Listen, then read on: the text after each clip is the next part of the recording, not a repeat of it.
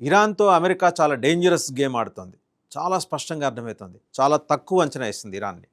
First రంగ్ లీడర్షిప్ని లేపేశాం, ఖమేనీకి అత్యంత సన్నిహితులు, అత్యంత ప్రమాదకరమైన వ్యక్తులు, లీడర్స్ని లేపేశామని సంబరపడి చంకలు గుద్దుకుంది. సెకండ్ రంగ్ లీడర్షిప్ని కూడా కొట్టేశాం, మిలిటరీ జనరల్స్ని, టాప్ మిలిటరీ లీడర్స్ని ఇంక్లూడింగ్ డిఫెన్స్ మినిస్టర్ని సంబరాలు చేసుకుంది. బట్ అమెరికా ఊహించింది ఒకటి జరుగుతుంది అక్కడ.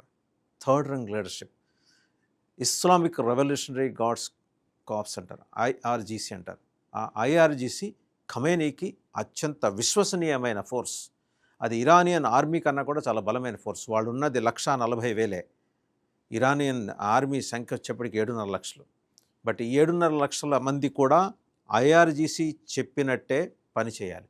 అలా ఐఆర్జీసీ ఒక రకంగా ఖమేనీ రూపొందించుకున్న 1,50,000 మందితో కూడిన 140,000 నుంచి 1,50,000 మందితో కూడిన ఒక ఆత్మాహుతి దళం లాంటిది.